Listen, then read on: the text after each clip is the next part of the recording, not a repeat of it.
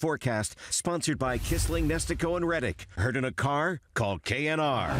All right, we're fixing to see some of the first snowflakes of the season.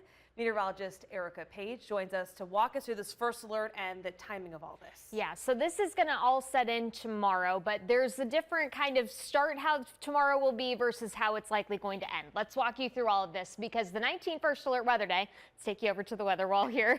If our camera, there we go. All right, let's talk you through this kind of first alert weather day and what we're expecting, because as we go through the day tomorrow, we are going to be tracking a little bit more of that rain, especially first thing in the morning. Now, as the cold front comes through tomorrow afternoon, temperatures will fall from the mid 40s back into the mid to upper 30s, depending on where you're at. And so that's going to be enough to get that rain to transition over to some of that snow.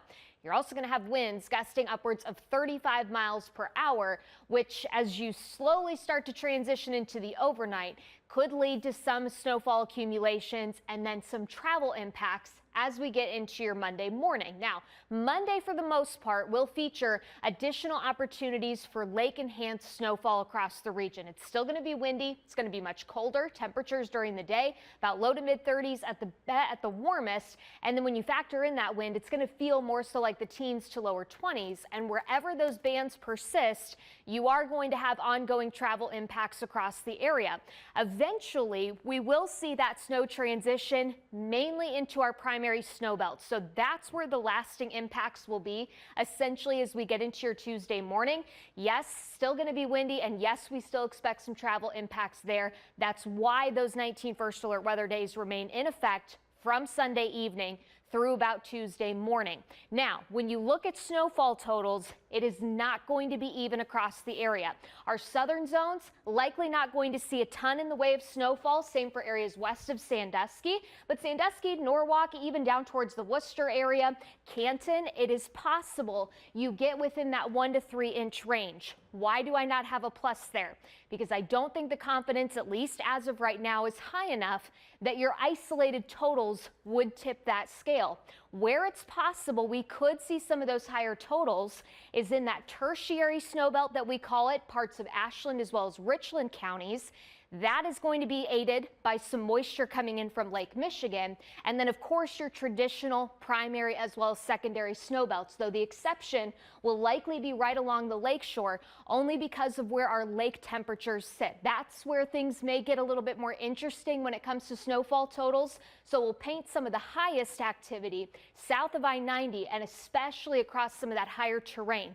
That's where I could easily see 4 to 8 inches with some isolated higher totals than that possible, where we get some of those more persistent snow squalls to essentially develop. And that's generally on par with what the National Weather Service is also thinking and why they issued the winter storm watch for that particular area across Northeast Ohio. So please know that especially into our primary and secondary snow belts, travel is going to be a lot trickier for us. And we may be dealing with some sporadic power outages as well. Here comes the rain. So this again is the initial impact that we will notice as we gradually go through the overnight tonight. As we get through early Sunday morning, I would definitely keep the rain gear with you. If you're still trying to get out, maybe attend church, brunch, whatever the case may be, grocery shopping plans, because you are still going to likely be dealing with some of that rain. However, cold front comes through once we get into Sunday afternoon. So as that happens, your temperature is going to cool off, and areas west will actually have the best opportunity of actually seeing that transition over to snow much sooner than places like Cleveland, Akron, Canton, and points eastward.